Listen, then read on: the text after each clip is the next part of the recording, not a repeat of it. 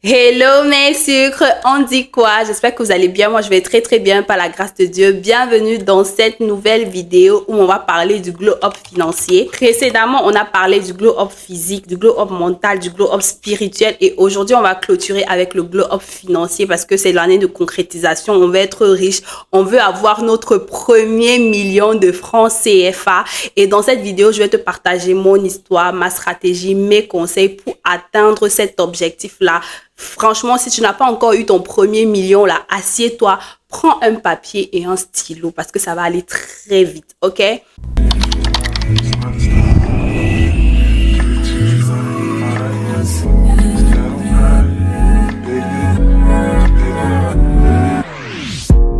On va commencer par mon histoire, l'histoire de la petite Chacha. On m'appelle bébé Chacha à la maison. J'étais enfant unique pendant très longtemps. Mon petit frère, il est né quand j'avais 20 ans, ok? Et j'étais un enfant qu'on a très aimé. Même jusqu'aujourd'hui, je suis un enfant qu'on aime énormément. Mes parents, ils m'ont toujours donné tout l'amour qu'il fallait. J'ai jamais manqué de rien. Je suis toujours allée à l'école. Pour moi, on avait une vie financière vraiment normale. Mais j'ai senti un petit déphasage quand je suis arrivée au collège.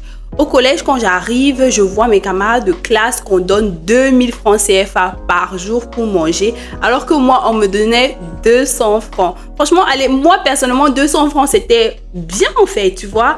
Mais le fait de remarquer que autour de moi, mes camarades avec les 1000 francs, les 2000, les 5000 francs par jour, je trouvais vraiment mes 200 francs très ridicules. En plus, j'étais dans un collège où il y avait vraiment des enfants qui avaient les moyens. Du coup, j'ai commencé à être un petit peu complexée. Quand je partais à la maison me plaindre, ma mère me disait, tu dois apprendre à valoriser ce que tu as. Même si au fond, j'étais un peu jalouse que mes amis peuvent acheter des shawarma et moi, chaque jour, je mange le pain au chocolat, le pain machin. Mais je leur montrais que, voilà, je suis fière de mon pain au chocolat, je suis fière de mon First Clack que je mets dans la petite bouteille. Je suis fière de ça que eux, à leur niveau, ils voulaient ce que je mange.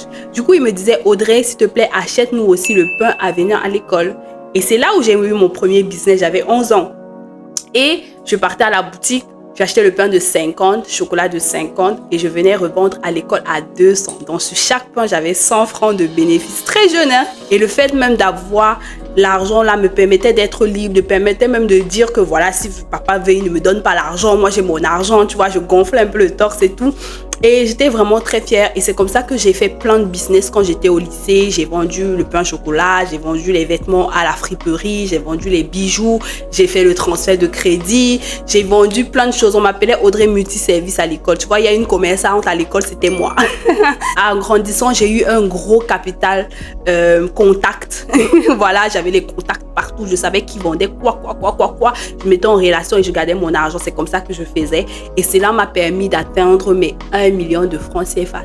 Tout simplement, il n'y a rien de louche, il n'y a rien de bizarre. C'est en travaillant, en économisant que j'ai eu mes 1 million de francs CFA. Mais maintenant, en grandissant, j'ai compris que non. C'était simple, mais c'était à la fois compliqué. Il y a plusieurs choses que tu as fait dans ton parcours qui t'ont permis d'atteindre cet objectif-là. Tu n'avais pas encore la maturité de voir ça et aujourd'hui, je vais partager ça avec vous tout simplement. Donc, la première chose que tu dois faire pour gagner ton premier million de francs CFA, c'est de te réconcilier avec l'argent. Oui, l'argent et toi, vous êtes en palabre. Si tu ne savais pas, il faut te soigner des traumas. C'est pas parce que les parents te disent que c'est impossible, que vivre de ta passion, vivre de ton art est impossible, que c'est la réalité, que c'est la vérité. Ce n'est pas la vérité. Toi, tu peux être la personne qui peut changer de game. Il ne faut pas penser que pour avoir de l'argent, il faut toujours souffrir. Pour avoir de l'argent, il faut toujours mendier, il faut toujours voler, c'est faux, ok? Si aujourd'hui tu as grandi dans une société où on te dit ton oncle qui est riche là, il est sûrement allé faire la sorcellerie pour avoir l'argent et aujourd'hui tu te dis non, toutes les personnes qui ont l'argent font la sorcellerie, c'est que tu es en palabre avec l'argent. C'est que l'argent ne viendra pas à toi parce que tu es ennemi de l'argent, tu vois l'argent comme le diable. Et pourquoi tu veux alors le diable? Dis-moi pourquoi tu veux le diable si tu vois l'argent comme le diable? Ça veut dire que c'est faux. avoir un nouveau mindset, te dire que l'argent, c'est quelque chose de bien. L'argent, c'est un outil qui va te permettre de réaliser certaines choses.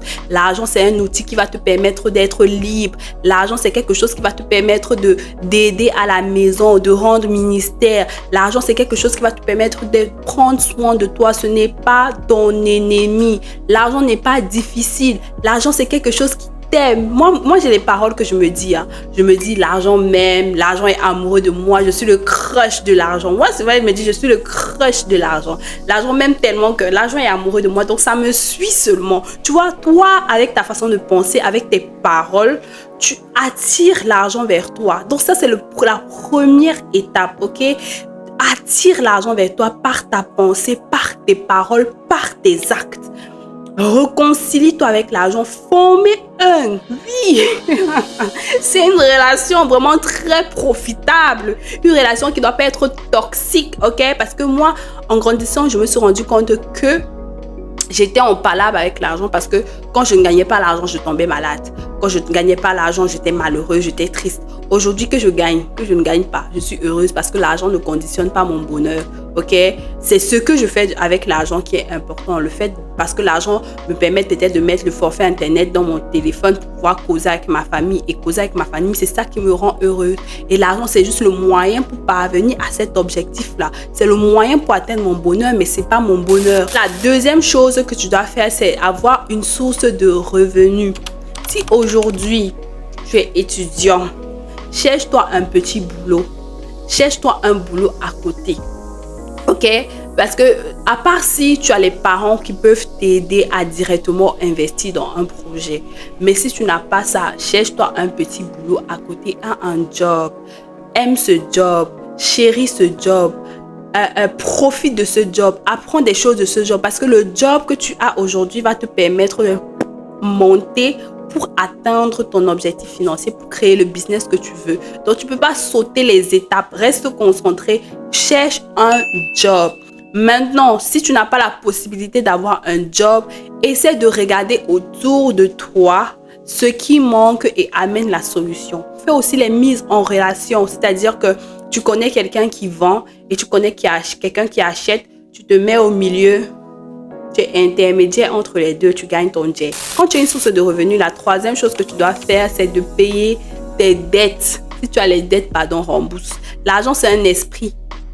Tu ne peux pas espérer évoluer si tu as l'argent de tout le monde. C'est dangereux de garder l'argent des gens, donc rembourse l'argent des gens. On ne doit pas te demander, on ne doit pas te forcer, on ne doit pas te rappeler. Ça doit pas être comme de l'harcèlement. Naturellement, rembourse l'argent des gens parce que c'est l'argent des gens que tu gardes là.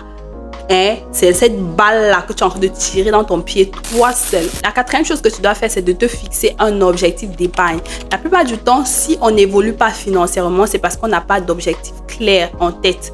On se dit juste qu'on va économiser pour économiser. Et c'est l'erreur que j'ai eu à faire quand j'ai économisé mes 1 million parce que je n'avais pas d'objectif, donc je ne savais pas ce que j'allais faire avec. Du coup, je croyais que j'avais trop d'argent et j'ai tout liquidé. Tu dois avoir 4 objectifs que tu dois faire avec ton argent.